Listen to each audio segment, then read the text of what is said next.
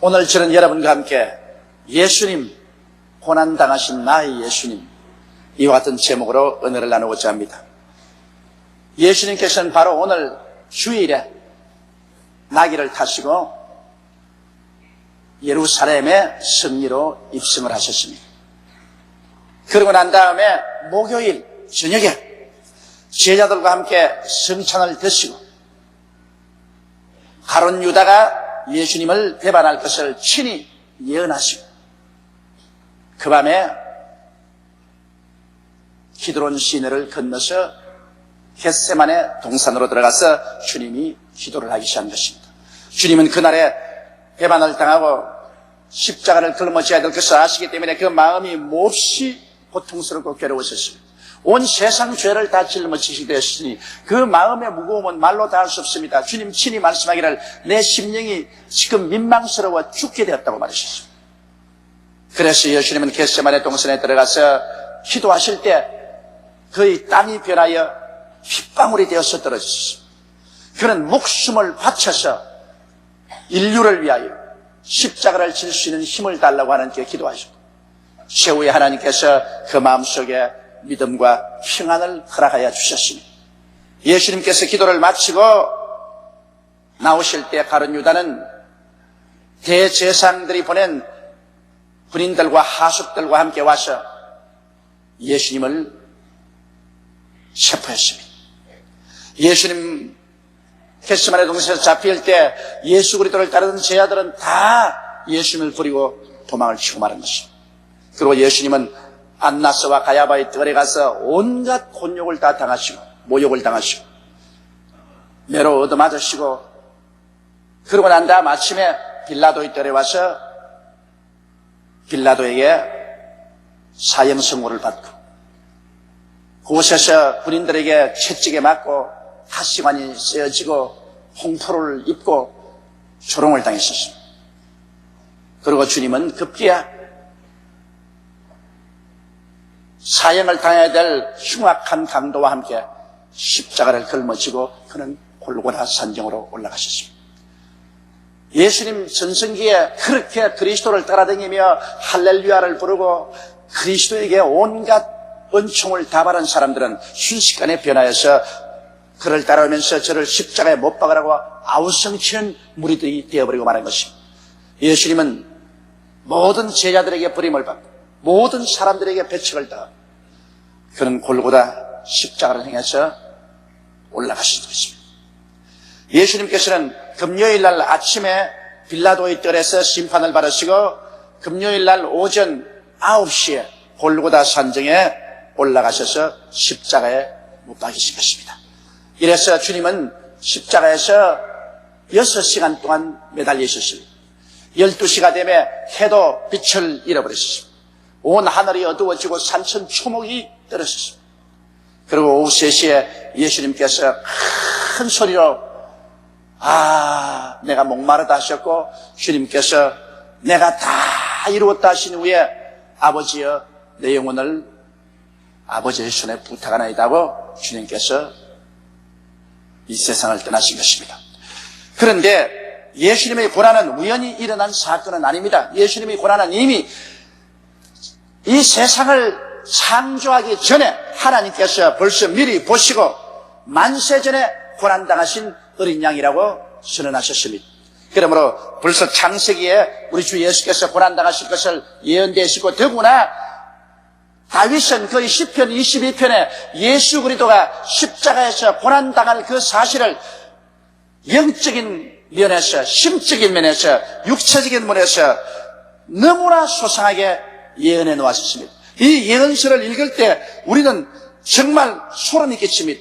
왜냐하면 주님 오시기 수백 년 전에 이렇게도 소상하게 그리스도의 십자가의 고난을 예언해 놓을 수가 있겠냐는 것입니다. 예수님의 영적 고난을 다윗은 시편 21편 1절과 2절에 이렇게 말했습니다. 내 하나님이여 내 하나님이여 어찌하여 나를 버리셨나이까? 어찌 나를 멀리하시며 돕지 아니하시며 내 신음하는 소리를 듣지 아니하시나이까? 내 하나님이여 내가 낮에도 부르짖고 밤에도 잠잠치 아니하오나 응답지 아니하시나이다. 영적인 고통입니다. 예수님은 창세의로 하나님과 분리된 적이 없습니다. 늘 하나님 안에 있었고 하나님이 자기 안에 있었고 하나님과 예수님 사이에 그 사랑의 교제란 말로 형용할 수 없었습니다. 그래서 예수님께서 늘 하신 말씀이 하나님께서 내 안에 있고 내가 하나님 안에 있다고 하셨습니다. 그러나 예수님께서 우리의 죄짐을 짊었을 때 하나님은 예수님을 버리고 말하신 것입니다. 하나님은 예수께 등을 돌리고 말한 것입니다. 그렇기 때문에 예수 그리스도의 마음의 절망은 이루 말로 다 할 수가 없었습니다. 여러분, 바로 예수님께서 십자가에서 외친 것이 그것이었습니다. 나의 하나님이여 나의 하나님이여 어찌하여 나를 버리셨나이까. 이것이 바로 시편 22편에 그리스도 오시기 전에 근 7, 800년 전에 벌써 성경에 너무나 상세하게 예언되어 있는 것입니다. 이 예수님의 영적인 고통은 육신적인 고통에 비교할 수 없이 괴로운 것입니다. 하나님 아버지께 버림을 당했다는 것, 천지간에 그는 홀로 서 있다는 것, 이 외로움과 이 처절한 절망은 말로 다 할 수가 없었습니다. 그게 보태어서 우리 주 예수님은 심적인 말할 수 없는 고통을 당했었습니다. 왜냐하면 제자들이 다 자기를 버리고 떠나고 수많은 원수들이 그 앞에 서서 머리를 흔들며 침을 빼앗고 조롱을 했었습니다. 그 심적 고통을 시편은 벌써 이렇게 예언해 놓았습니다. 시편 22편 6절로 13절에 나는 벌레요 사람이 아니라 사람의 회방거리요 백성의 조롱거리니이다. 나를 보는 자는 다 비웃으며 입술을 삐죽이고 머리를 흔들며 말하되 제가 여호와께 이탁하니 구원하실 걸 저를 기뻐하시니 건지실 걸 하나이다. 오직 주께서 나를 모태에서 나오게 하시고 내 모친의 젖을 먹을 때 의지하게 하셨나이다. 내가 날 때부터 주께 맡긴 바 되었고 모태에서 나올 때부터 주는 내 하나님이 되었사오니 나를 멀리하지 마옵소서. 환난이 가깝고 도울 자 없나이다. 많은 황소가 나를 애워싸며 바산의 힘센 소들이 나를 둘렀으며 내게 그 입을 벌림이 찢고 부러지는 사자 같으니. 이 예수님의 심적인 고통인 것입니다. 이 마음의 고통, 사랑하는 제자들에게 다 버림당했다는 고통, 당신이 그렇게 사랑하고 병을 고쳐주고 먹여주고 건져주고 입혀준 사람들이 이젠 돌이켜서 입을 삐죽이고 그를 향해서 욕하고 제가 야훼를 의지하니 야훼께서 건지실 것이라고 그렇게 조소하는 소리를 들었었습니다. 유대인들과 로마 사람들이 다 합쳐서 그를 향해서 온갖 모욕을 가했었습니다. 그러므로 그가 당한 심적인 고통이란 도저히 형언할 수 없습니다. 심장이 터질 지경이었습니다. 거기에 보태어서 육체적 고통은 이루 형용할 수 없습니다. 예수님께서 오전 9시에 십자가에 못 박여서 오후 3시까지 달려있었으니 6시간 동안 십자가에 못 박여 몸에 피와 물을 다 쏟았었습니다. 사람이 그냥 죽는 것은 덜 고통스럽지만은 못 박혀서 서서히 피를 흘리고 물을 흘리고 그 말할 수 없는 고통 가운데서 죽어간다는 것은 이건 인간으로서 상상할 수 없는 괴로움인 것입니다. 그러므로 예수님은 육체적 고통을 시편 22편 14절로 19절에 나는 물같이 쏟아졌으며 내 모든 뼈는 어그러졌으며 내 마음은 총밀 같아서 내 속에서 녹았으며 내 힘이 말라 질그릇 조각 같고 내 혀가 이틀에 붙었나이다. 주께서 또 나를 사망의 진토에 두셨나이다. 개들이 나를 애워쌌으며 악한 무리가 나를 둘러 내 수족을 찔렀나이다. 내가 내 모든 뼈를 셀 수 있나이다. 저희가 나를 주목하여 보고 내 겉옷을 나누며 속옷을 제비 뽑나이다. 여호와여 멀리하지 마옵소서. 나의 힘이여 속히 나를 도우소서. 이 예수 그리스도의 십자가 고난을 얼마나 소상하게 설명하고 있지 않습니까? 예수님께서 얼마나 십자가에 매달려 고난스러웠기에 뼈가 다 어그러지고 입이 말라가지고서 혀가 천장에 말라붙어버려. 그 마음이 고통스러워서 총밀같이 녹았다. 이로 말로 다 할 수 없는 육체의 고통을 우리 위해서 당하신 것입니다. 여러분, 예수 그리스도의 고난은 바로 시편 기자 다윗이 예언해 놓으실 뿐 아니라 이사야는 예수님 오시기 600여 년 전에 벌써 예수님의 상하신 모습을 이사야서 52장 14절에 이렇게 기록하고 있습니다. 이왕에는 그 얼굴이 타인보다 상하였고 그 모양이 인생보다 상하였으므로 무리가 그를 보고 놀랐거니와라고 말한 것입니다. 어찌나 예수님께서 얻어맞고 찢기고 상하였든지 무리들이 그를 보고 놀랬다고 말한 것입니다. 그럴 정도로 그리스도가 우리 위해서 상처받을 것을 이미 예언해 놓은 것입니다. 예수님의 고난은 하나님께서 인류를 구원하시기 위한 장대한 하나님의 섭리요 계획이었습니다. 예수님의 고난을 통해서 하나님께서는 그 마음속에 이루기를 소원하는 간절한 소원이 있었습니다. 하나님은 그리스도 그 아들을 십자가에 못 박기까지 하면서 그 형언할 수 없는 대가를 지불하면서 인류 가운데 이루기를 원하셨던 소망이 무엇이었을까요? 그것이 바로 이사야서 53장에 밝히 기록되는 것입니다. 첫째로 주님께서 십자가 고난을 당하셨는데 하나님이 그를 통해서 이루기를 원하셨던 것은 빌라도의 뜰에서 채찍에 맞으신 바로 그 고난을 통해서 나타난 하나님의 섭리인 것입니다. 이사야서 53장 4절에 그는 실로 우리의 질고를 지고 우리의 슬픔을 당하였거늘 우리는 생하기를 그런 징벌을 받아서 하나님께 맞으며 고난을 당한다 하였노라고 했는 것입니다. 하나님께서 예수 그리스도로 하여금 그 형언할 수 없는 찢기고 핥히고 피를 흘린 고난을 당하게 한 것은 우리의 질고를 지게 하기 위해서 그렇다는 것입니다. 이걸 보게 될 때 하나님이 병을 얼마나 미워하신다는 것을 알 수 있는 것입니다. 우리는 병 고침에 대해서 그렇게 마음 깊이 생각하고 있지 않지만 하나님은 병을 얼마나 미워하시고 하나님은 우리가 건강하기를 얼마나 원하시고 하나님은 병 고치기를 얼마나 사모했기 때문에 우리 하나님의 아들 예수 그리스도를 이 무서운 고난에 붙여서 우리의 질고를 친히 지게 만들었다고 말하고 있는 것입니다. 그는 실로 우리 질고를 지고 우리 슬픔을 당했다고 말하는 것입니다. 이 슬픔이란 일반적인 슬픔이 아니라 병이 들어서 당하는 슬픔인 것입니다.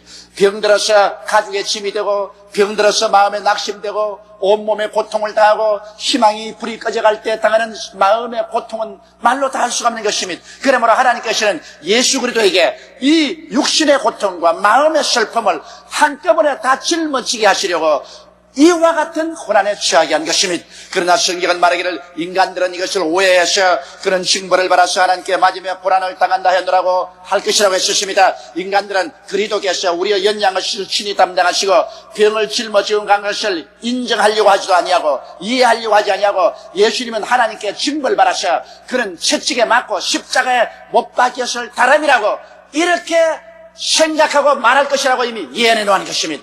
오늘 많은 예수 믿는 주의 종들과 교회들조차도 예수께서 우리 연약을 친히 담당하시고 병을 짊어지고 가신 것을 인정하지 않습니다. 그냥 예수님께서 그냥 고난당했다고 생각하는 것입니다.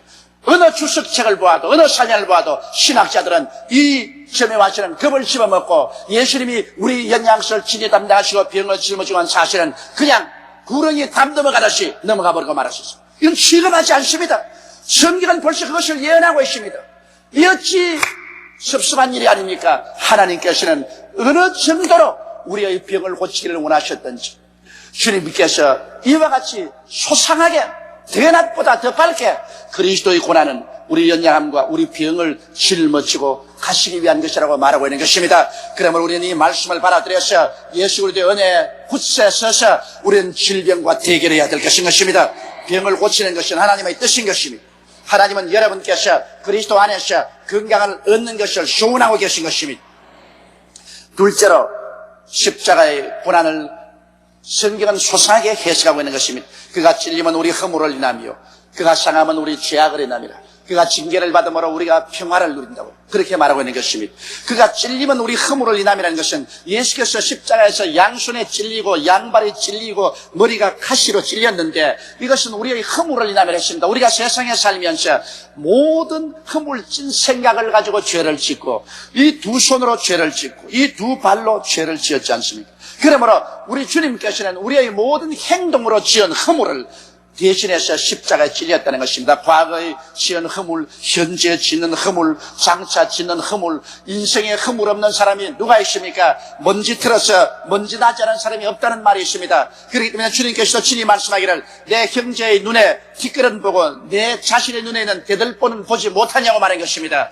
이 세상에 허물 없는 사람 아무도 없습니다. 예수님께서는 우리의 허물을 대신 짊어지시고 십자가에 몸을 찢고 피를 흘렸었습니다. 그러므로 우리는 스스로 주님 앞에서 겸비하게 나아질 뿐 아니라 그리스도를 생각하고 내 자신의 허물도 회개하고 남의 허물도 용서해주는 이러한 우리들이 되어야 될 것입니다.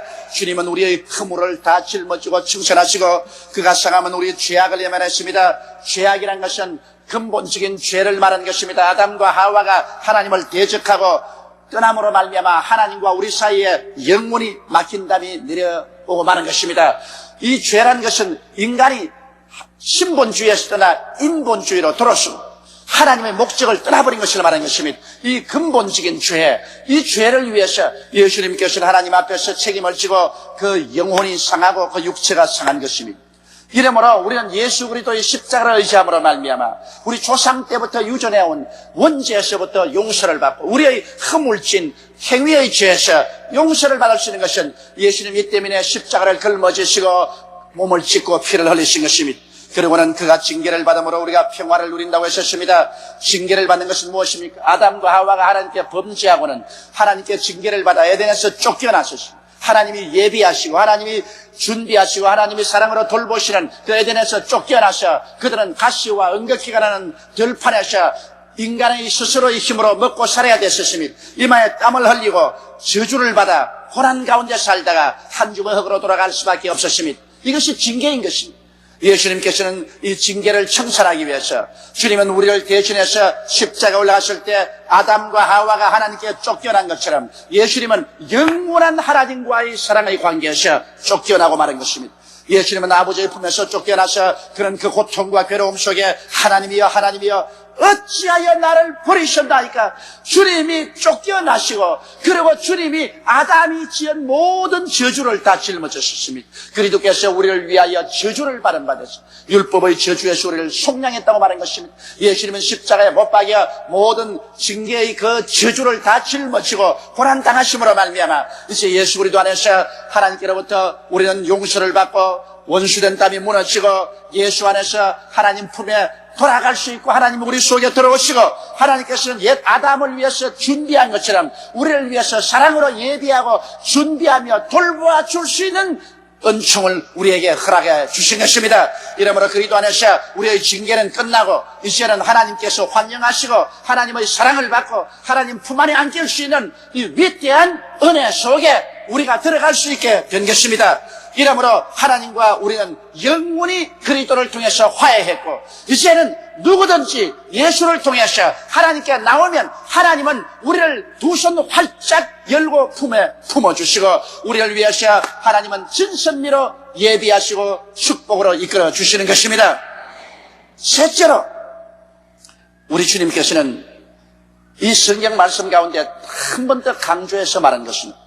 제가 채찍에 맞음으로 우리가 나음을 입었도다 우리는 다 어린 양같이 그렇게 하여 각기 제 길로 갔거늘 야훼께서는 우리 무리의 죄악을 저에게 담당시겠다고 말한 것입니다. 위에 강조한 사실을 말미에 가서 하나님은 또 한 번 강조하시는 것입니다. 제가 채찍에 맞은 것은 너희 병 낫기 위한 것을 잊지 말라는 것입니다. 예수님께서는 로마의 빌라도의 뜰에서 그는 채찍에 맞았습니다. 전통적으로는 사형에 처한 사람을 40에 하나 감한 매를 때린다는 것입니다. 예수님은 40에 하나 감한 39차의 매를 그의 덩어리에 채찍에 맞았었습니다.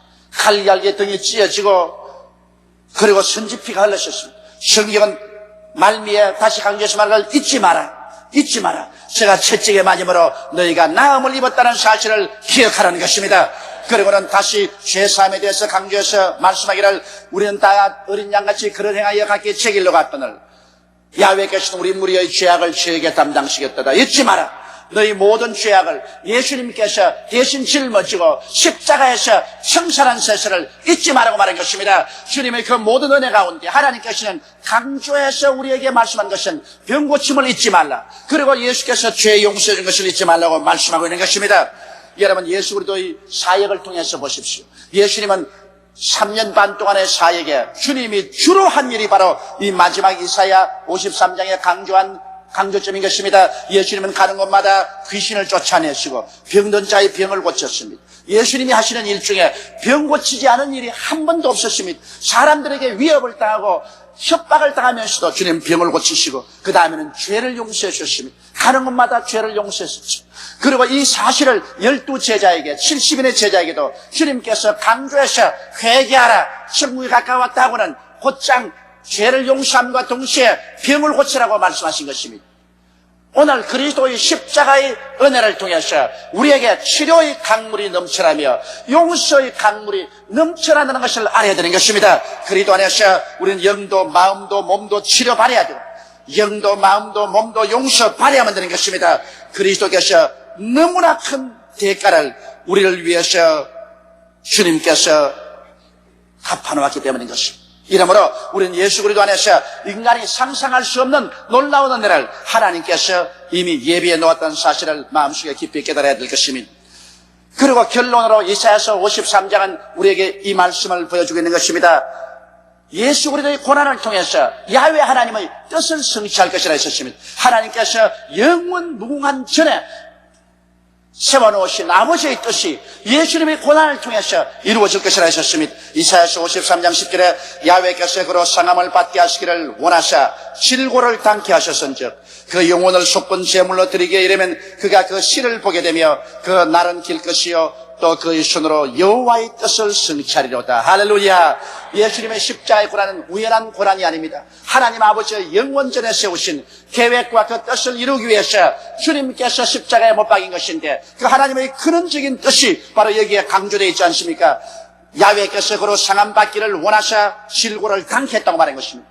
예수님 상처받기를 원하셔서 오히려 우리 질고를 당케 하시고 그가 속건 제물이 되고 나면은 그 다음에 그리스도를 통해서 수많은 구원자가 생겨날 것이라고 말하고 있는 것입니다. 그가 그 실을 보게 될 것이라는 것입니다. 고난의 실을 보게 될 것이요. 그리고 그의 손으로 하나님의 뜻을 성취해서 아담이 버린 그 하나님의 뜻을 예수 그리스도 안에서 성취하여 이 땅에 천국을 가져오고 천국 백성들을 양성해서 영원한 하늘나라에 데리고 갈 수 있는 길을 열어놓았다는 것입니다. 그리고 예수님은 이 고난을 통해서 나중에 만족할 것이라고 말했습니다. 고난당할 때 겟세마네 동산에서 할 수만 있거든 이 잔을 내게서 옮겨 주시라고 세 번이나 간구했고 그 땀이 핏방울이 되어 흘렀지만은 그 십자가에서 몸부림치며 고난을 당했지만은 고난 이후에는 주님께서 자기의 고난을 돌이켜보고 만족할 것이라고 말하셨습니다. 이사야서 53장 11절에 가라사대 그가 자기의 영혼의 수고한 것을 보고 만족히 여길 것이라. 나의 의로운 종이 자기 지식으로 많은 사람을 의롭게 하며 또 그들의 죄악을 친히 담당하리라.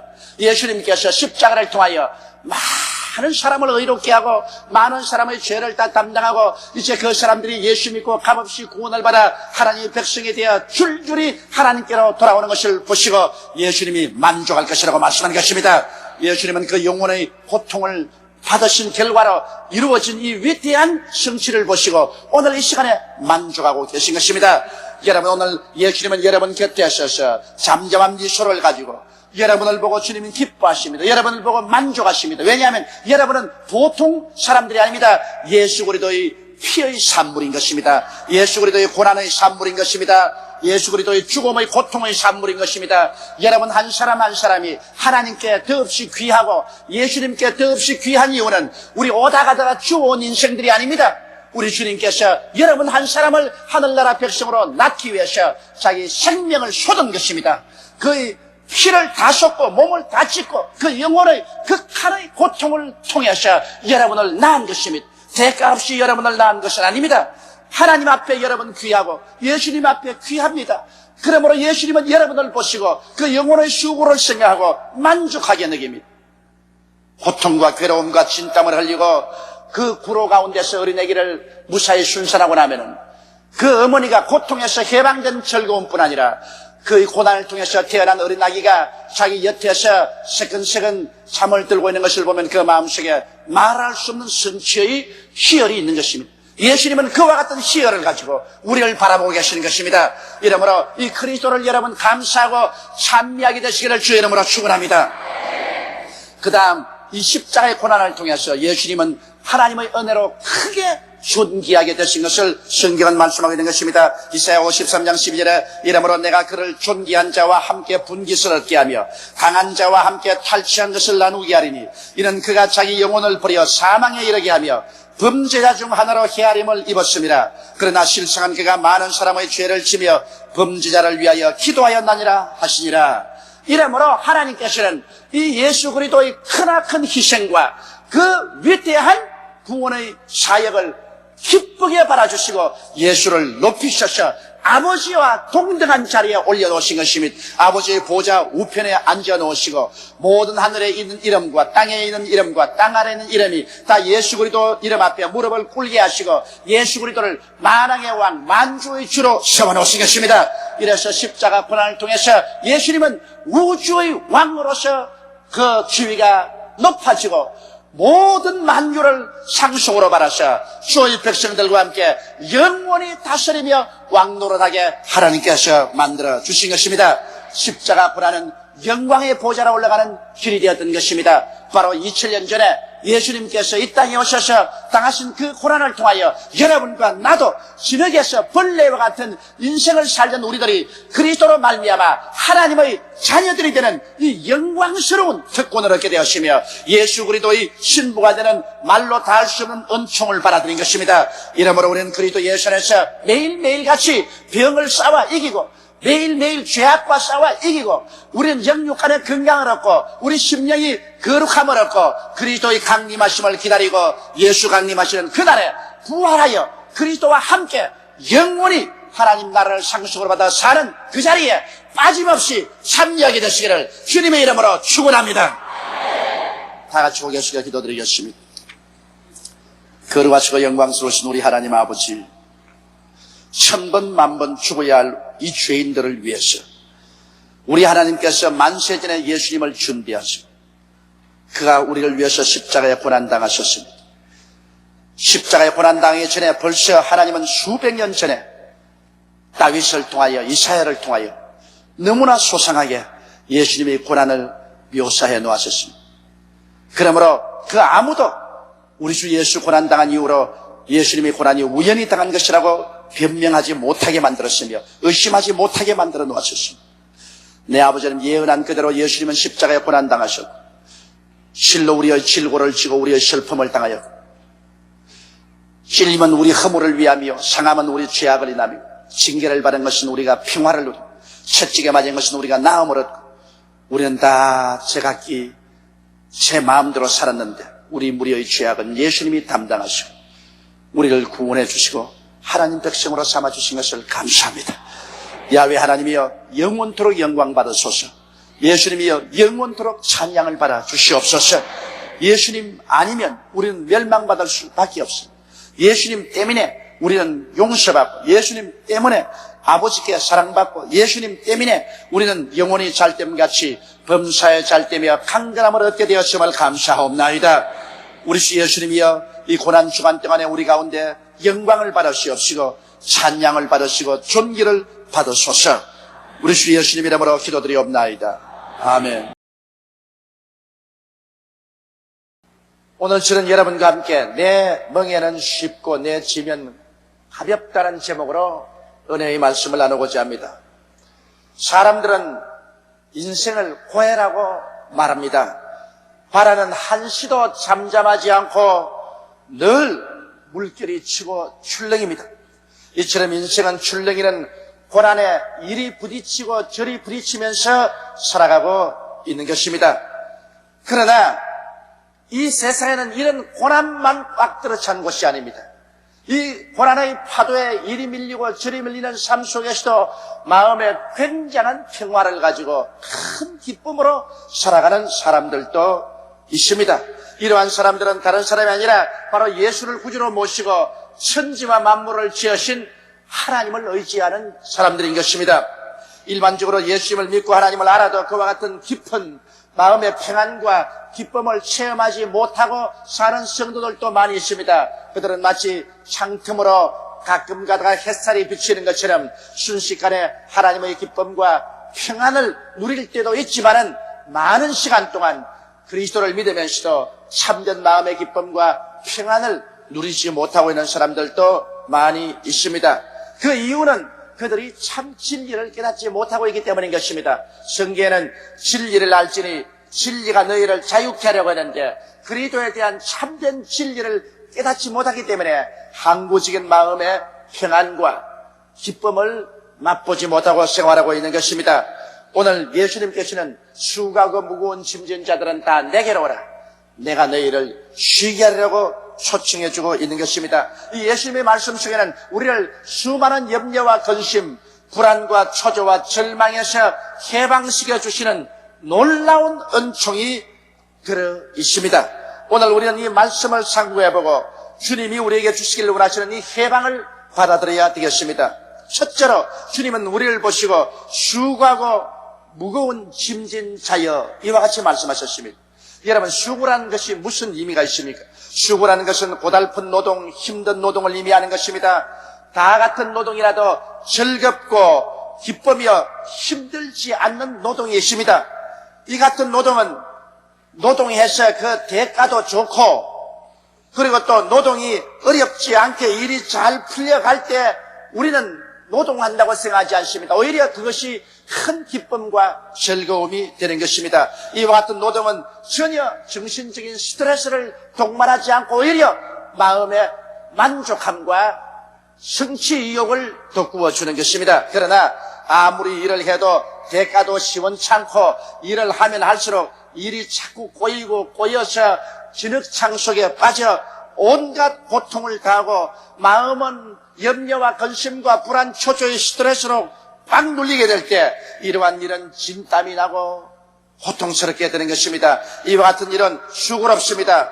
수고로운 일은 바로 우리 조상 아담이 하나님을 배반하고 반역하고 에덴을 떠날 때부터 이 수고로운 이런 인생에게 다가오게 된 것입니다. 창세기 3장 16절로 19절에 또 여자에게 이르시되 내가 네게 잉태하는 고통을 크게 더하리니 네가 수고하고 자식을 낳을 것이며 너는 남편을 사모하고 남편은 너를 다스릴 것이니라 하시고 아담에게 이르시되 내가 내 아내의 말을 듣고 내가 너더러 먹지 말라 나무 실과를 먹었은즉 땅은 너로 인하여 저주를 받고 너는 종신토록 수고하여야 그 소산을 먹으리라. 땅이 내게 가시덤불과 은극기를 낼 것이라. 너희 먹을 것은 밭의 채소인즉 내가 얼굴에 땀이 흘려야 식물을 먹고 필경은 흙으로 돌아가리니 그 속에서 내가 취함을 입었음이니라. 너는 흙이니 흙으로 돌아갈 것이니라 하시니라. 이와 같은 저주를 받아 사람들은 이마에 땀을 흘리는 수고로움을 가지고서 인생을 살게끔 되어 있는 것입니다. 오늘날 사람들은 이와 같은 끝없는 수고로움 속에서 삶을 살아가고 있는 것입니다. 그래서 주님은 수고한 자들이라고 우리를 말합니다. 그 다음 주님은 우리를 보시고 무거운 짐진 자들이라고 말씀하고 있는 것입니다. 원래 인간은 짐을 지도록 만들어 놓지 않았습니다. 하물며 무거운 짐은 누구나 지도록 하나님께서 만들어 놓지 않았습니다. 인간은 하나님께서 혼자 수고하셔서 다 이루어 놓은 세계 속에서 하나님의 은혜로 살게끔 만들어진 것입니다. 그러나 인간이 타락하여 하나님을 배반함으로 말미암아 하나님 중심으로 섬기고 서지 않고 인본주의로 서서 인간의 교만 속에 서게 되고 삶의 짐은 하나님이 져주시는데 그것을 빼앗아서 하나님 없는 세계로 나와 자기가 인생의 삶의 짐을 다 짊어지고 가기로 결정을 내리고 그 다음 인간의 지혜, 지식, 총명으로 멍에를 삼아 짐을 짊어졌으나 너무나 짐이 무거워서 힘에 겨워 결국 인간은 무거운 짐진 자가 되어버리고 말한 것입니다. 이러므로 오늘 하나님께서는 모두 다 우리 인생을 바라보고 수고하는 존재며 무거운 짐을 지고 있는 존재라고 말한 것입니다. 원래 하나님께서는 인간이 수고하고 무거운 짐을 지고 살기를 원치 아니하시고 또 그렇게 만들어 놓지도 아니한 것입니다. 이것은 우리의 조상이 하나님을 버리고 타락함으로 말미암아 하나님의 세계를 떠나와서 인본주의적인 인간 세계 속에 살게 되므로 수고하고 무거운 짐을 지고 살게 된 것입니다. 그러면 둘째로 우리 주님께서는 수고하고 무거운 짐진 자들을 보고 뭐라고 말하십니까? 애쓰고 힘써 노력하라. 전력을 기울여라. 몸부림을 쳐보라. 그렇게 말씀하셨나요? 아닙니다. 수고하고 무거운 짐진 자들은 다 내게로 오라고 말씀하신 것입니다.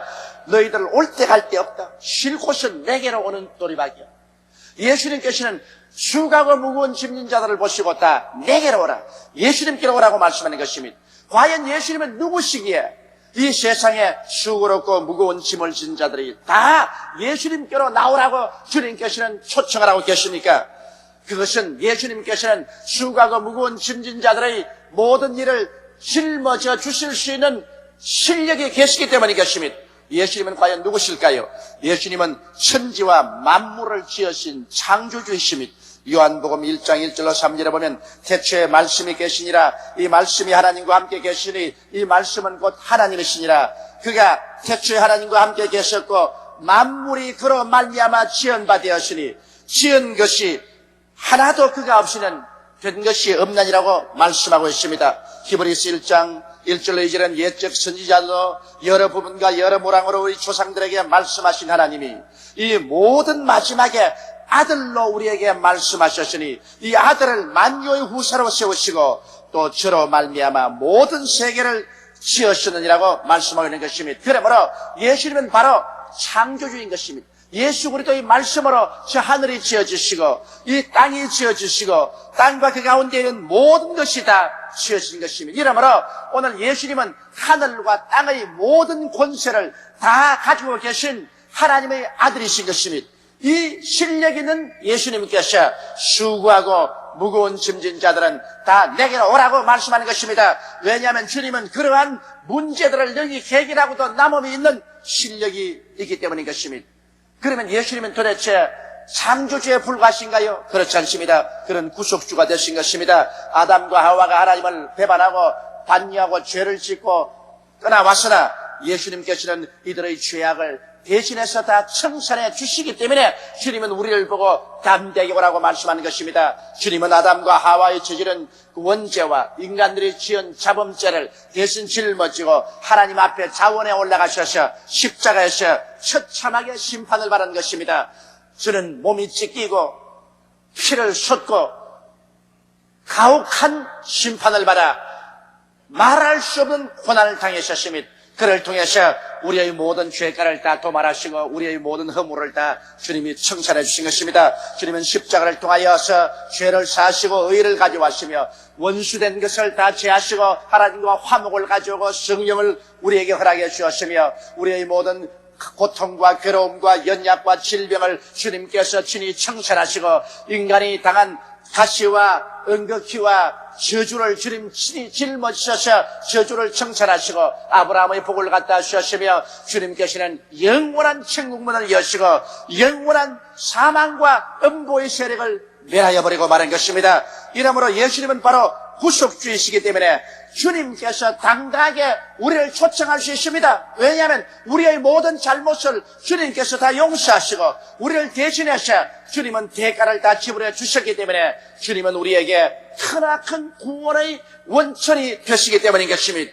그리고 주님께서는 우리를 사랑하시기 때문에 우리를 초청해 주신 것입니다. 우리를 사랑하지 않고 미워하고 계신다면 우리를 주님 초청할 리가 만무합니다. 그러나 죄를 짓고 불의하고 추악하며 버림을 받아야 마땅한 우리들, 아무런 자격도 없는 인생들을 향해서 주님은 두 손을 활짝 내미시고 수고하고 무거운 짐진 자들은 다 내게로 오라. 내가 너희를 쉬게 해주겠다고 말씀하신 것입니다. 예수님께서 쉬게 해주겠다는 것은 인간의 수고를 대신 짊어지고 인간의 짐을 대신 책임져 주겠다는 것입니다. 수고하고 무거운 짐을 진 사람 그냥 와서 내 앞에 서 있으라고 한다고 해서 우리에게 쉼이 올 택은 없습니다. 인간의 수고하고 무거운 짐을 예수님께서 인간에게서 다 베껴서 주님이 대신 짊어지시고 이를 청산해버리기 때문에 예수님은 우리 인간의 수고하고 무거운 짐을 다 옮겨 놓을 수 있는 능력이 있고 자격이 있는 것입니다. 그리고 주님께서는 그렇게 해주기를 원하셔서 오늘날 우리들을 간절한 마음으로 초청을 하고 계신 것입니다. 이렇기 때문에 오늘 인생에 수고하고 무거운 짐진 사람들이 정부를 찾아간다고 해결해 주지 않습니다. 인간의 과학을 찾아간다고 해결해 주지 않습니다. 인간의 문명을 더 찾아간다고 해서 이 문제가 해결되지 않습니다. 옛날보다 오늘은 지식이 향상되고 문화가 발달되고 문명이 개명되고 또 사회가 더 풍성하게 되었습니다만 그러나 개인이나 집단적으로 가지고 있는 수고하고 무거운 짐은 조금도 사라지지 않았습니다. 오히려 옛날보다 더 고통과 괴로움은 삶 속에 깊이 뿌리를 내리고 있는 것입니다. 인간의 문제는 누가 해결할 수 있습니까? 우리는 20세기의 인류 역사를 통해서 아무도 인간의 문제를 해결할 수 없다는 사실을 우리는 잘 알고 있는 것입니다. 그러므로 우리의 문제를 해결할 수 있는 실력을 가지고 계시고 이 문제를 해결하기 위해서 신이 문제를 안고 몸을 찢고 피를 흘려 고난당하심으로 문제를 청산하신 그 예수님께서 오늘 수고하고 무거운 짐진 자들은 다 내게로 오라고 초청하고 있습니다. 그러므로 예수께 나오는 길이 우리에게는 살 길이요, 예수께 나오는 길이 우리 문제가 해결될 수 있는 길인 것입니다. 예수를 떠나시는 우리는 절대로 문제 해결을 받을 수가 없습니다. 그러면 셋째로 예수님께서 말씀하는 멍에가 무슨 의미일까요? 주님께서는 나의 멍에를 메고 내게 배우면 내 마음이 쉼을 얻으라고 말한 것입니다. 이 세상에는 여러분, 멍에라는 의미를 사람들이 잘못 이해하고 있습니다. 멍에는 우리에게 고통과 괴로움을 주는 것으로 생각하고 있지만 실상은 그렇지가 않습니다.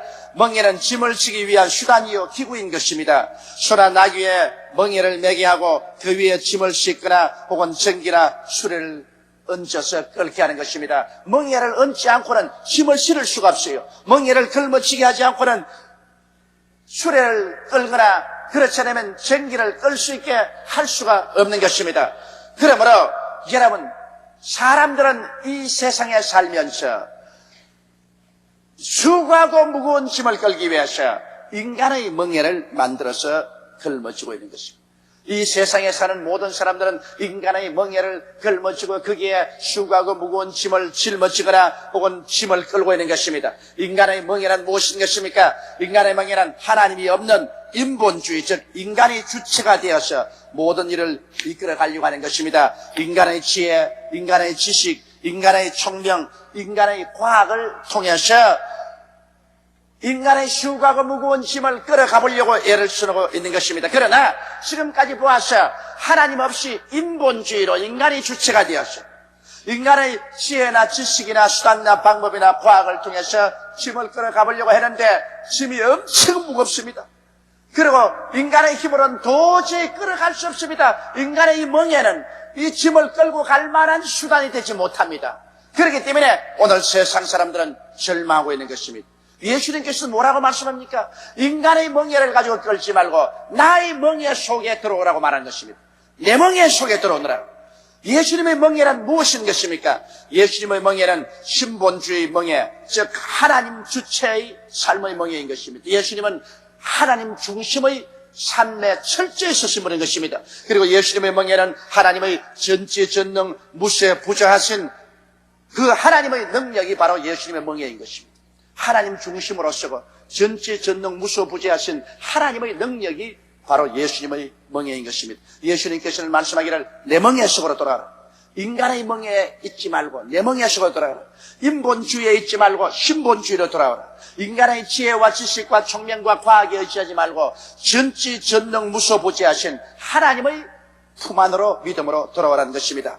여러분, 예수님께서는 말씀하시기를 나의 멍에를 메고 내게 배우라 했습니다. 너 멍에를 던져버리고 나의 멍에로 돌아와라. 중동에 가면은 밭을 갈 때 보면 종종 어미소 곁에 새끼소가 따라다니는 것을 봅니다. 저 귀찮게 새끼소를 왜 따라다니게 하느냐? 새끼소가 어미소 곁에 따라다니므로 밭 이랑을 똑바로 갈 수 있는 훈련을 시킵니다. 그런데 멍에는 어미소 목에 걸려 있습니다. 어미소가 멍에를 무겁게 걸고 그러고 난 다음에 무거운 짐을 끌고 가는 것입니다. 생기를 끌고 갑니다. 새끼소는 어미소 멍에 밑에 들어와 있습니다.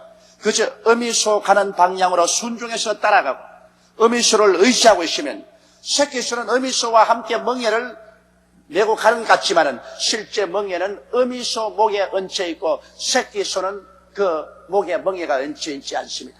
그저 어미 멍에 밑에 들어가서 어미가 가는 대로 따라가는 것입니다.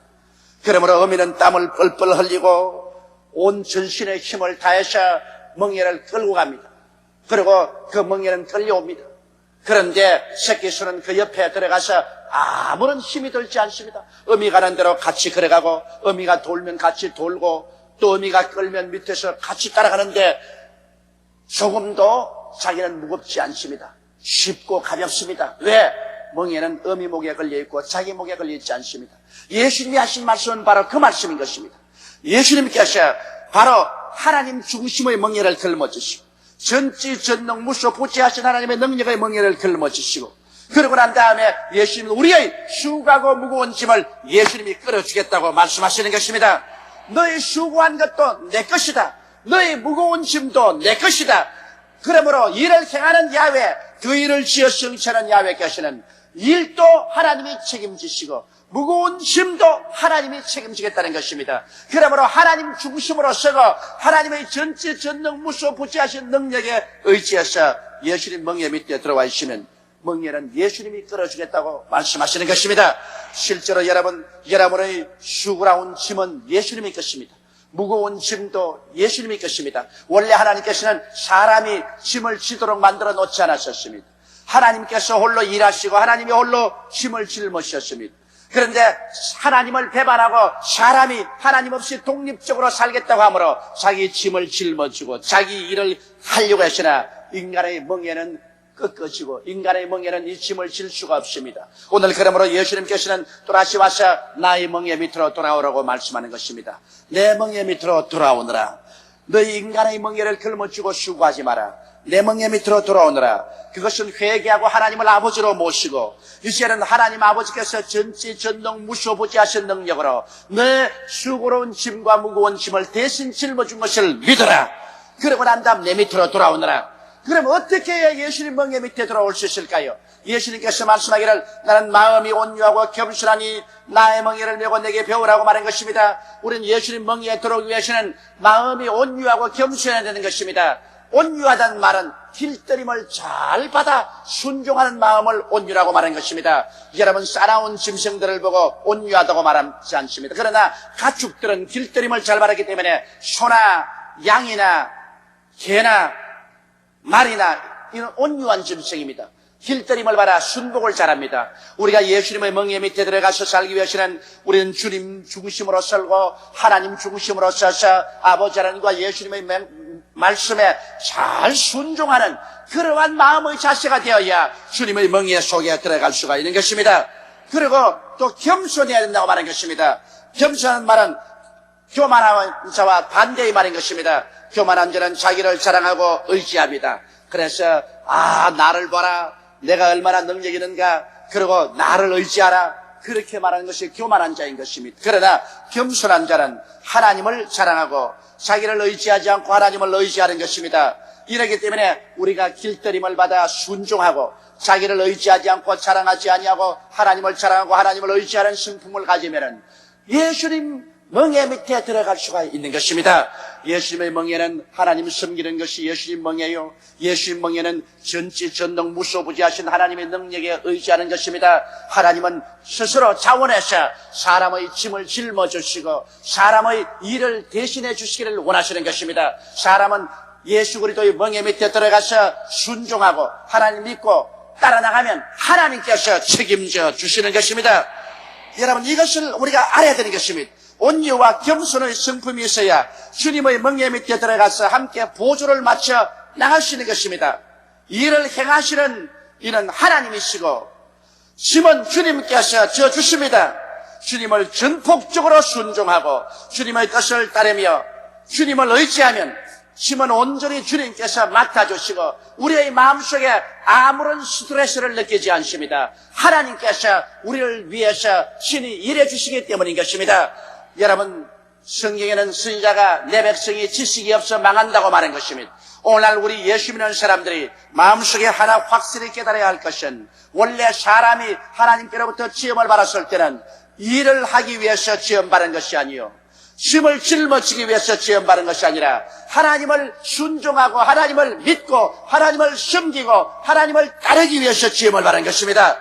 그러면 하나님께서 인간의 일을 행해 주시고 하나님께서 인간의 짐을 져주심으로 우리는 예수 그리스도의 멍에 밑에 서서 그리스도와 함께 걸어가면 마음속에 아무런 스트레스를 받지 않습니다. 인간을 살아가는데 물론 여러분 일이 다가옵니다. 인간이 살아가는데 무거운 짐도 생겨나는 것입니다. 그러나 이 무거운 짐을 짊어지고 이 일을 행하시는 이는 예수님이시지 내가 아닌 것입니다. 나는 예수님께서 아버지 중심으로 쓴 멍에 전지전능 무소부지하신 멍에다가 이 짐을 착 걸어서 우리 위해서 으쌰 하고 끌어주시는 모습을 늘 생각합니다. 우리는 그 밑에 들어가서 순종하고 따라가기만 하면 되는 것입니다. 주여 나는 아버지와 주님을 믿습니다. 아버지와 주님을 사랑합니다. 눈에 나무 증거 안 보이고 귀에는 아무 소리 안 들리고 손에 잡히는 것 없어도 우리는 주님을 순종하고 주님을 믿습니다. 주님께 모든 것 다 맡겨버렸습니다. 나의 일도 맡겨버리고 나의 짐도 맡겨버렸습니다. 일은 주님의 것입니다. 짐도 주님의 것입니다. 나는 믿고 의지하고 따라갑니다. 안 믿는 사람들은 일을 자기 것으로 책임지고 짐도 자기 것으로 책임지고 땀을 뻘뻘 흘리면서 인간의 멍에를 목에 걸고서 끌고 가나 끌고 갈 힘이 없어서 기절하고 있지만은 나는 그렇지 않습니다. 나는 일도 주님께 맡기고 짐도 주님께 맡기고 우리 주 예수를 믿는 믿음으로 그 멍에 속에 들어가니 예수님이 짊어진 멍에는 하나님 섬기는 멍에요, 전지전능 무소부지하신 하나님의 능력의 멍에인 것입니다. 주님께서 끌고 가지 못할 짐이 하나도 없는 것입니다. 이러므로 예수께 모든 것을 맡기고 예수님이 모든 것을 맡아준다는 지식이 있어야만 되는 것입니다. 호세아 선지가 말한 것처럼 내 백성이 지식이 없어 망한다고 말하고, 또 성경에 주님께서 친히 말씀하시기를 진리를 알지니 진리가 너희를 자유롭게 하려고 말한 것입니다. 오늘 주여 주여 하고 교회 왔다 갔다 하면서도 일은 자기 힘으로 해야 되고 힘도 자기가 걸머져야 되고 내가 하는 타락한 그 인본주의를 아직 저버리지 아니하고 인간의 수단과 방법의 멍에를 꺾어버리지 아니하고 인간이 살아서 왔다 갔다 하는 사람은 순간적으로 반짝하게 주님의 평화와 기쁨을 갖고 맛볼 날이 있을지 모르겠지만 그러나 힘이 자기 목에 걸려있는 이상 스트레스에서 벗어나지 못하고 마음의 참된 평화를 체험할 수가 없는 것입니다. 오늘 그러므로 여러분의 마음의 스트레스를 풀어 제껴버리십시오. 염려와 근심, 불안과 초조와 절망을 다 벗어 제껴버리십시오. 이것은 여러분이 낼 짐이 아닌 것입니다. 이것은 예수님이 져주시는 것입니다.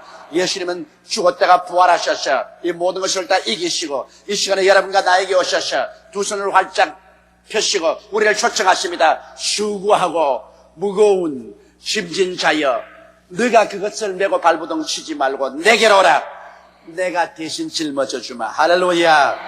너희 삶의 모든 무거운 짐을 내가 걸머져 주마.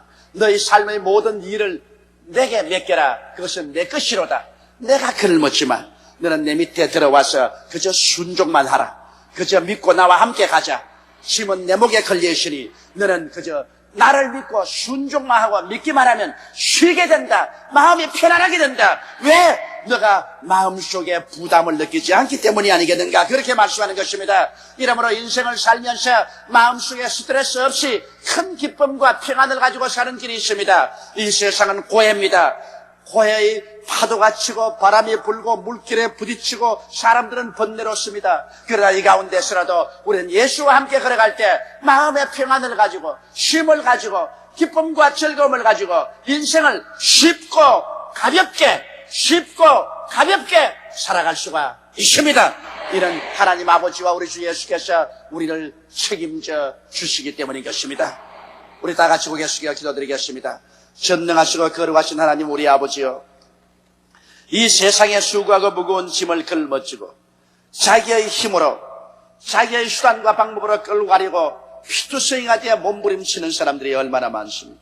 하나님 아버지여, 저주받은 세상에서 인본주의로 사는 우리들 회개하고 예수님 의지하고 쉽고 가볍게 인생을 살아갈 때 문제는 주님이 다 해결해 주시고 짐은 주님께서 다 걸머 주심을 믿습니다.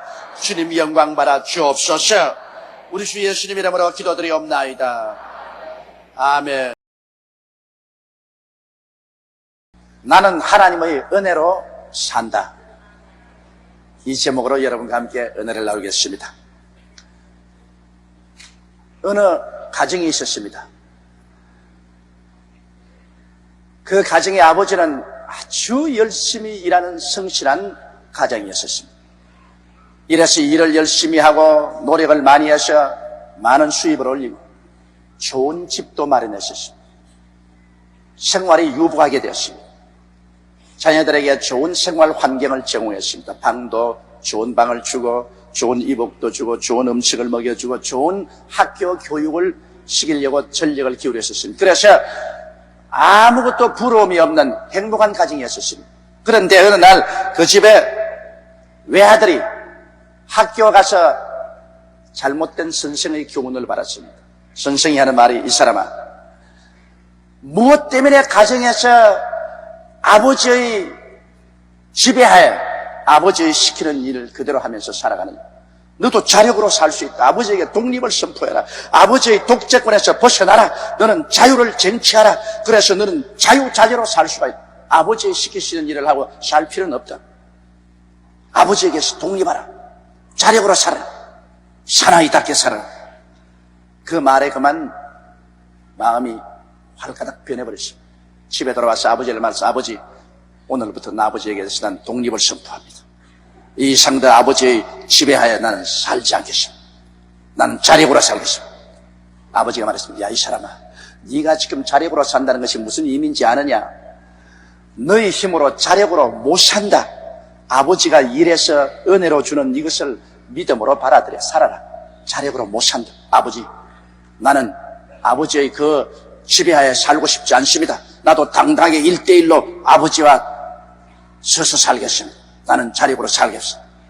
아무리 설득을 안 하니까 아버지가 화가 났습니다. 아버지가 그 아들과 말했습니다. 이 사람은 그럼 좋다.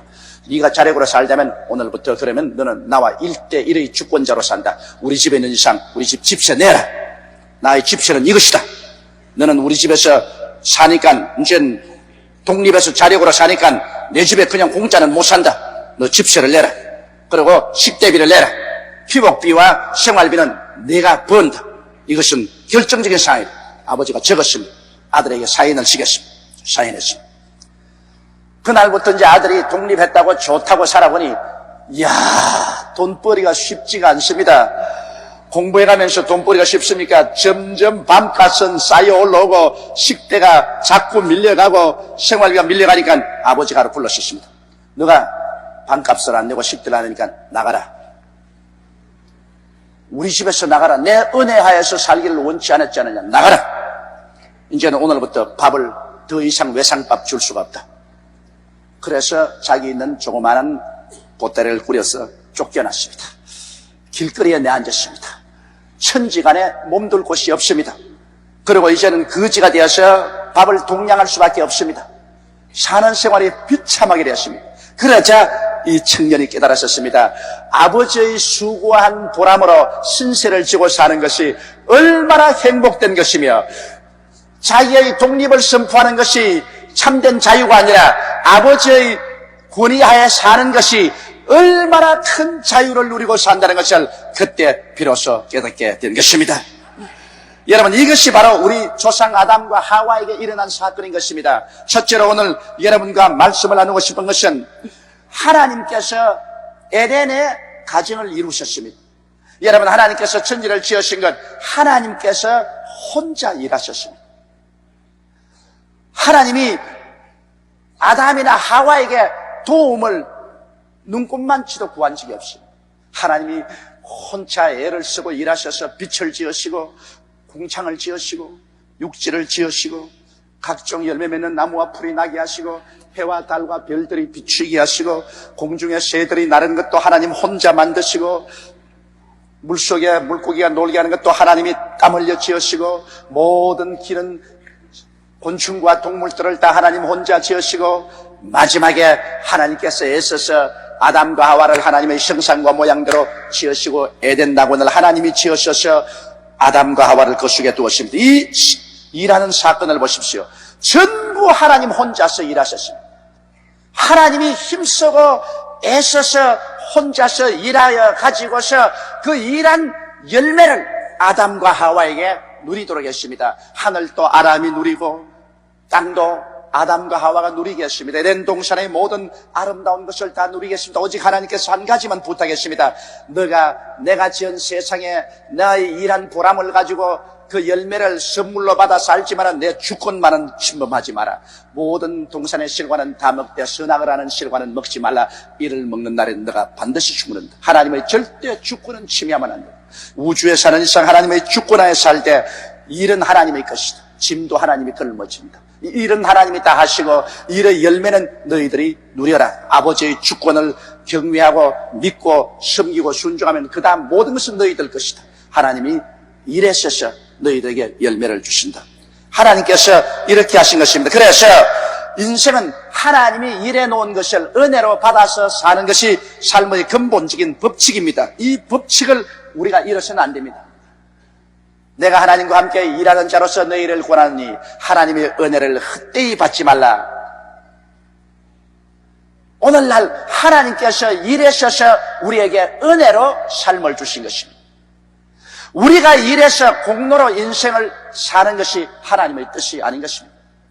내가 은혜 베풀 때 너를 듣고 구원의 날에 너를 도왔다 했으니 보라 지금이 은혜 받을 만할 때요 지금이 구원의 날인 것입니다. 하나님께서 친히 일하셔서 우리에게 은혜를 베풀고 구원을 베풀지 우리의 인간의 수고와 공로로 인생을 살기를 하나님은 원치 않은 것입니다. 그런데 사탄이 와서 깨었습니다.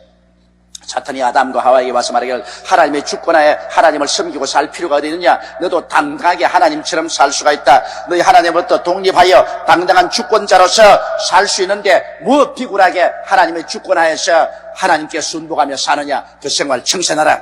하나님께 독립하는 의미로서 하나님이 먹지 말라는 하나님의 주권과 권위의 상징인 선악과를 따먹고 하나님의 주권을 짓밟아버려라.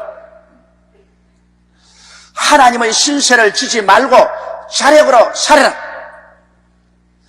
뭘 하나님의 신세를 지고 산단 말이에요. 아담과 하와가 거기에 귀가 기울여졌습니다. 그래서 그는 하나님께 와서 하나님의 주권의 상징인 선악과를 따먹고 하나님의 주권을 짓밟아버리고 우리는 하나님의 신세 지지고 살자. 자력으로 살게. 자력으로. 그래서 하나님께서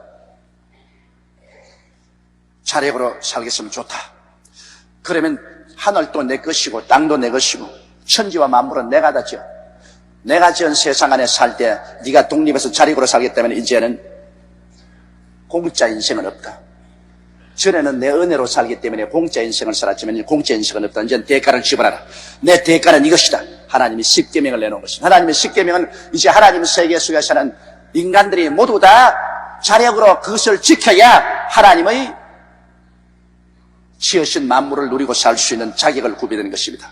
내 앞에 다른 신을 두지 마라. 우상에 절하지 마라. 하나님의 이름을 막는 데에 부르지 말라. 안식일을 거룩히 지켜라. 내 부모를 공경하라. 살인하지 마라. 간음하지 마라. 도둑질하지 마라. 내 이웃을 거짓 증거하지 마라. 내 이웃을 탐하지 마라. 근본적인 계명인 것입니다. 여기에다가 하나님의 수많은 계명을 더 보태 주었습니다. 이를 지킬 때 너는 자력으로 살고 나의 세계 속에서 산다. 아담과 하와 이후의 모든 인류들이 하나님의 조건을 지켜보려고 죽을 애를 쓰고 자력으로 살려 했지만은 한 사람도 하나님의 법을 온전히 지키지 못했습니다.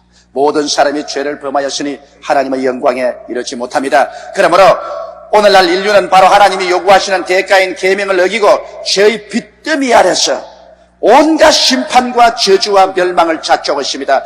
죄의 빚더미가 되니 하나님 앞에서 빚을 못 갚음으로 쫓겨나고 그리고 헐벗게 되고 병들게 되고 결국에는 지옥까지 쫓겨나게 된 것입니다. 오늘 인류들은 자력으로 살려고 하다가 하나님 지은 세계 가운데서 하나님의 법을 지키지 못함으로 빚더미가 되어서 처참한 심판과 저주와에 몸부림치면서 지금 살아가고 있는 것입니다. 여러분, 그러므로 이 세상에 인류가 태어나서 오늘날 이와 같은 비참한 저주 속에 사는 것 하나님의 뜻이 아닙니다. 죄악의 포로가 되고 원수가 되고 질병이 걸려서 고통을 당하고 먹고 살기에 힘이 들어 무엇을 먹을까 무엇을 입을까 무엇을 마실까 문제 몸부림을 치고 저주의 가시와 응극해서 피투성이가 되고 결국에는 죽음의 고통을 겪고 영원히 버림받는 이것은 하나님의 뜻이 아닌 것입니다. 하나님이 원래 이런 세계를 지은 것이 아닙니다. 이것은 인간이 하나님께로부터 독립을 선포하고 자력으로 살겠다고 나왔기 때문에 이런 일이 생기는 것입니다. 자기 자력으로 살려고 했지만은 이러한 문제를 해결할 힘이 없습니다. 옛날에는 하나님이 다 해결해 주었었는데 하나님이 일하셔서 하나님이 다 해결해 주셔서 하나님의 언덕으로 살았는데 하나님의 주권만 인정하고 믿고 순종하면 그대로 절로 살았는데 그 나라와 그 일을 먼저 구하면 이 모든 것은 그대로 더하여져서 살았는데 이제는 자기 스스로 하나님 없이 자력으로 살겠다고 하니까 자기 힘으로 죄의 문제도 해결이 안 되니 죄에 짓밟히게 되고 미움의 문제 해결 안 되니 미워하고 시기하고 분노하고 질투하고 짖고 싸우고 질병의 문제 아무리 해도 해결이 안 돼서 정신적, 육체적 생활에 병들고 생활의 문제는 아무리 해도 해결이 안 됩니다. 끝없이 인류 역사상 지금까지 투쟁을 했지만은 완전한 생활의 문제가 해결되지 아니하고 그리고 죽음의 문제 이것은 어림도 없습니다. 사람이 살면 70이요 강건하면 80이라도 그는 수고와 고통 가운데 살다가 순식간에 사라져버리고 마는 것입니다. 자력으로 무엇을 해결할 수 있다는 말인 것입니다. 자력으로 해결이 안 됩니다. 그러므로 이렇게 사는 것은 하나님의 원래 계획도 아니요 인간의 삶의 원리도 아닌 것입니다. 인간의 삶의 원리는 하나님이 일하시고 그 일하신 결과로 우리는 쉼을 가지고 인생을 사는 것이 하나님의 뜻인 것입니다. 일은 하나님이 하시고 그 공로는 우리가 받고 쉼은 하나님이 짊어지시고 그 은혜는 우리가 입고 사는 부모와 자식의 관계로서 하나님은 살기를 원하시는 것입니다. 어느 부모가 자식에게 일식해서 그 대가로 밥 먹이고 옷 입히고 잠 재우고 삽니까? 부모가 자식을 집에 데리고 살 때는 부모가 피땀을 흘려 일하시고 난 다음 그 공로로 자식들에게는 공짜로 먹고 살고 값없이 피복 사서 입히고 그리고 좋은 음식 먹이고 좋은 교육 시키는 것 모두 다 공짜입니다. 그저 부모에 순종하고 믿고 나가면 하나님께서 우리 인생을 불쌍히 여기듯이 부모도 자식에게 삶을 선물로 주시는 것입니다. 여러분 오늘날 인생은 노동을 해서 사는 것이 아니라 하나님께로부터 선물로 받아서 살아야만 되는 것입니다. 피땀을 흘려 사는 것이 아니라 우리는 하나님의 은혜로 사는 것입니다. 은혜란 무엇입니까? 은혜라는 것은 하나님이 일하시고 그 일한 열매를 우리에게 값없이 주셔서 받아서 사는 것이 은혜인 것입니다. 자, 그래서 인생은 이제는 하나님의 근본적인 삶의 원리를 완전히 떠나서 처참하게 자력으로 살다가 지켰는데 어떻게 할까요? 다시 어떻게 우리 인생을 복구할까요? 구약시대는 하나님의 은혜의 시대입니다. 여러분 구약시대가 율법의 시대라고 생각하지 마십시오. 구약시대는 하나님이 은혜로 출발했었습니다. 모든 것을 하나님이 지어서 은혜로 선물로 주는 은혜로 시작했는데 그 은혜를 배반하고 나와서 인간은 스스로 율법주의 속에 들어가게 된 것입니다. 은혜를 버리고 자력으로 살려니까 하나님이 법을 정했습니다. 그 법에 하여서 빚을 짊어지고 인간은 죄인이 되고 처참하게 된 것입니다. 그러므로 구약시대는 은혜로 시작해서 율법으로 마쳤습니다만 이제 신약에 들어오자마자 둘째로 우리 하나님께서는 인생을 긍휼히 보시는 긍휼의 시대가 온 것입니다. 네가 자력으로 살려고 해보니 이제는 기가 막히지. 아까 제가 말한 것처럼 가정을 떠나서 아버지에게 쫓겨나선 이 자식이 바깥에 앉아보니 이제는 기가 막힙니다. 이제는 반값도 못 갚고 식대도 못 내고 비투성이가 되어서 길거리에 쫓겨나 앉아서 떨고 헐벗고 굶주리고 앉았습니다. 아버지가 그것을 보고 불쌍히 여기는 것처럼 하나님께서 이제 신약시대에 와서는 인류를 불쌍히 보신 것입니다. 이래서 우리 하나님께서는 인간이 하나님의 은혜를 떠나 자력으로 살려고 하다가 율법의 심판과 저주를 받아 비참하게 된 것을 하나님은 깨닫기를 원하셨습니다. 이만하면 너 깨달았지 않겠느냐. 그래서 하나님께서는 인간을 이대로 저버려 두지 아니하시고 구원하시기 위해서 지금으로부터 2000년 전에 그 아들 예수님을 보내주신 것입니다. 하나님께서는 하나님의 아들 예수님을 동정녀 마리아를 통해서 죄 없이 태어나게 하시고 이 땅에 33년 동안 살게 하셨습니다. 예수님은 이 땅에 사시면서 하나님의 능력이 인간의 문제를 해결한다는 것을 보여주었습니다. 인간들은 너무 하나님을 오래 떠나 살았기 때문에 하나님에 대한 지식조차 상실하고 말았는데 그때 하나님은 예수를 통해서 하나님의 능력이 인간의 문제를 해결한다는 것을 보여주셨습니다. 죄의 문제를 해결했었습니다. 질병의 문제를 해결했었습니다. 마귀의 문제를 해결했었습니다. 배고픔의 문제를 해결했었습니다. 환경의 파도의 문제를 해결했었습니다. 죽음의 문제를 해결했었습니다. 하나님의 능력이 인간의 문제를 해결한다는 것을 사람들에게 보여주셨습니다. 사람의 힘으로 아무리 몸부림쳐도 해결할 수 없는 것 하나님께서 이 문제를 능히 해결할 수 있다는 것을 예수님을 통해서 보여주시고 난 다음에 예수님은 하나님의 뜻을 쫓아 십자가에 올라가신 것입니다. 십자가에 올라가서 이제 인간의 모든 빚을 갚아줘야 되는 것입니다. 빚은 빚입니다. 하나님 앞에서 그들이 반영하고 진 빚은 빚이요. 빚을 갚지 않고 그대로 긍휼을 받을 수는 없습니다. 그러므로 이 세상에 완전한 공짜가 어디 있습니까? 대가를 지불하고 난 다음에 공로를 받는 것입니다. 그런데 대가는 인간이 지불하지 못하므로 하나님께서 대신 지불해 주시고 긍휼을 받는 것입니다. 불쌍히 여김을 받는 것입니다. 용서를 받는 것입니다.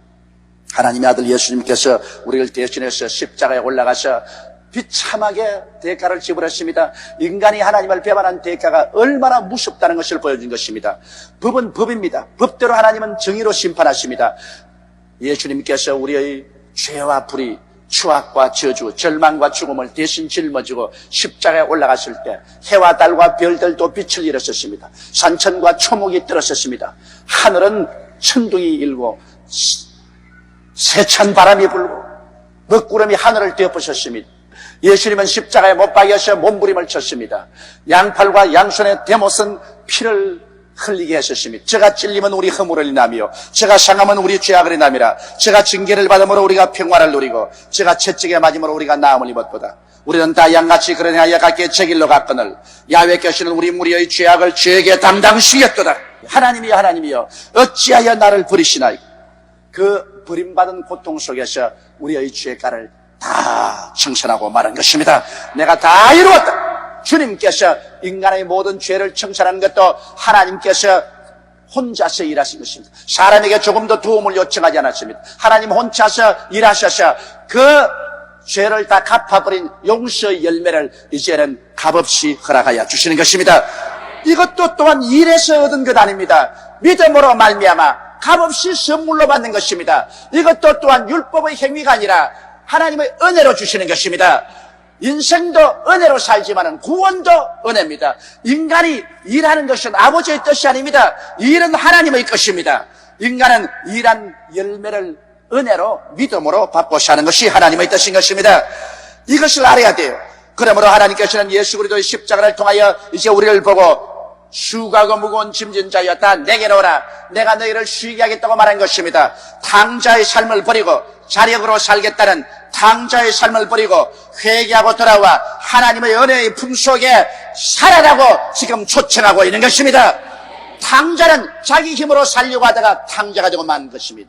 이제는 아버지가 일해주는 그 품으로 돌아오느라 아버지 없는 탕자의 삶을 살지 말고 아버지의 권위 속에 들어오느라고 하나님은 초청하고 있는 것입니다.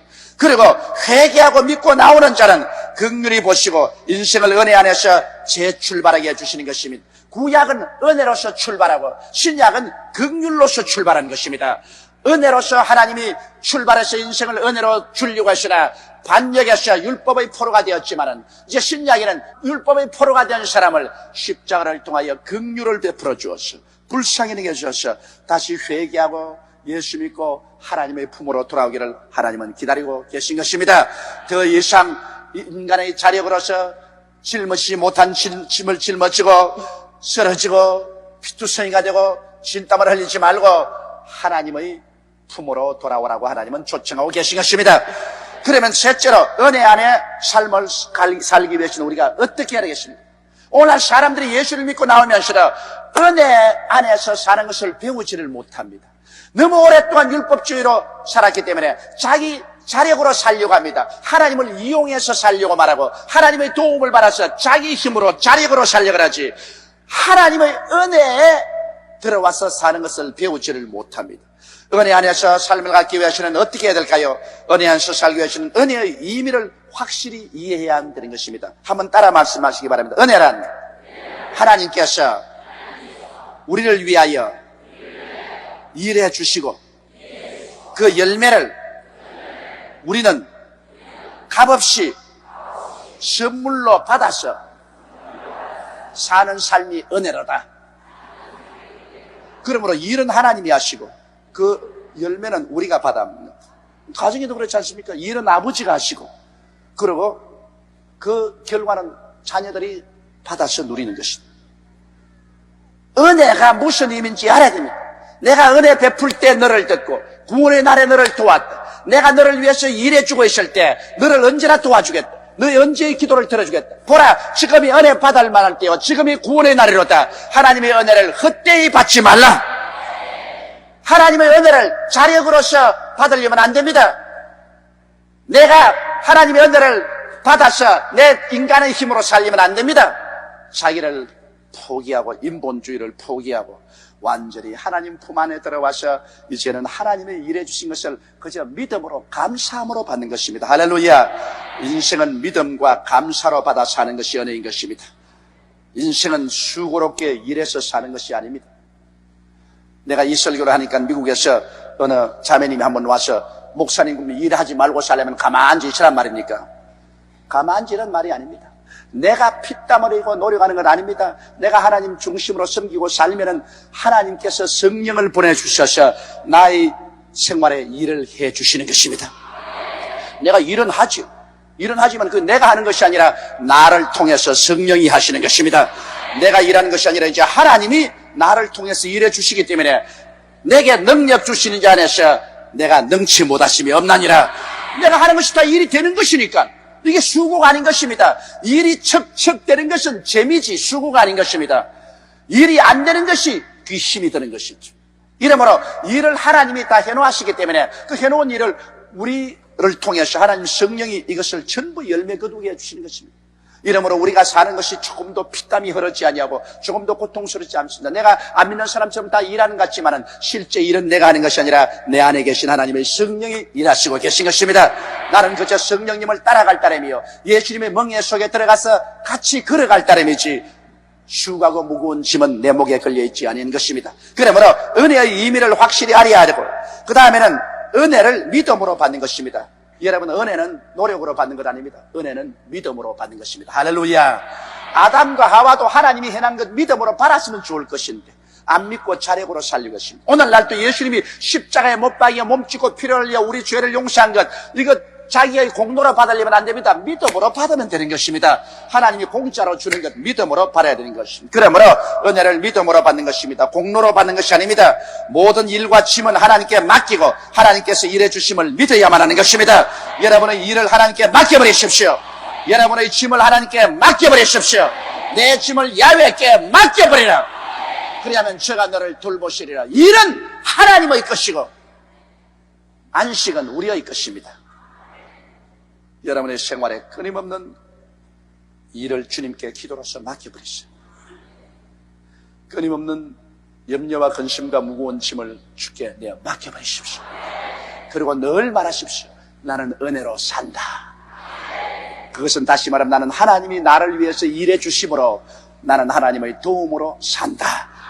하나님께 신세지고 산다. 내 힘으로 살지 않고 하나님께 신세지고 산다. 그 다음 우리는 항상 기도하고 감사해야 됩니다. 하나님의 주권을 경외하고 하나님의 은혜를 늘 감사해야 됩니다. 하나님께 신세지고 사는 사람이 왜 감사하나요? 금방지게 신세지고 살면서 목 내밀고서 흔들어졌기는 그것보다 더 금방진 건 없습니다. 신세를 지고 살면 고맙다고 해야지. 그렇지 않아요? 아이고 하나님 감사합니다. 그저 매일매일 신세지고 삽니다. 그저 감사합니다. 저는 이 설교를 하면 늘 기억나는 게 있습니다. 불광동에서 개척할 때 장로교 장로님 한 사람 아침에 한 2시간 기도하는데 1년 365일 매일같이 하는 기도라는 것은 그저 감사합니다. 그저 감사합니다. 그저 감사합니다. 그저 감사합니다. 하루 아침 새벽 기도에 나와서 1시간 2시간을 꼭 그저 감사하는데 하마나 다른 소리 할까 싶어서 보면 365일 내내 그 소리만 하고 있어요. 그런데도 얼굴이 붉고 성령이 충만하고 하나님 능력이 충만해요. 나 그래서 저 영감님 제가 기도 잘못한다고 생각했는데 이제 세월이 지나고 보니 이분 깨달은 사람이라. 일은 하나님이 하시고 우리는 그저 감사하고 사는 거예요. 그분 깨달은 사람이에요. 그저 감사해요. 하나님이 와서 다 일해 주시는 것입니다. 그러므로 안 되는 일은 안 되어서 감사하고 되는 일은 되어서 감사하고 하나님이 책임지고 하는데 뭘 걱정하겠어요? 우리는 공짜 수레 타고 가는 것입니다. 수레는 하나님이 끄시고 우리는 올라타고 가는 거예요. 할렐루야! 그러므로 그저 감사하고 살아야 되는 것입니다. 그리고 하나님의 성령께서 우리와 함께 계셔서 일하심을 여러분 알아야만 되는 것입니다. 하나님의 성령의 인도하심을 민감히 받아들여 실천함으로 하나님이 예비한 길로 우리는 늘 걸어가야만 되는 것입니다. 이제는 하나님이 성령을 보내셔서 우리 일을 다 맡아서 주장해 주시는 것입니다. 은혜로 살기 때문에 이제 일은 우리가 안 하고 우리 속에 계신 성령이 일하심으로 성령의 인도하심에 민감하게 우리는 귀를 기울여 따라가야만 하는 것입니다. 하나님의 은혜 속에 삶을 살아갈 때 참된 마음의 안식과 평안과 기쁨과 희망이 넘치고 하나님의 사랑이 얼마나 위대한가를 뼛속까지 체험하게 되고 하나님의 은혜로 살 때 비로소 우리는 자유를 누리고 삽니다. 죄에서 자유를, 미움에서 자유를, 병에서 자유를, 생활의 고통에서 자유를, 죽음의 공포에서 자유를 누리고 살게 되는 것입니다. 하나님은 여러분 사랑하시고 여러분에게 은혜를 베푸십니다. 한번 따라 말씀하세요. 나는 하나님의 은혜로 산다. 옆에는 두 사람이 이상에게 우리는 하나님의 은혜로 삽니다 말씀했어요.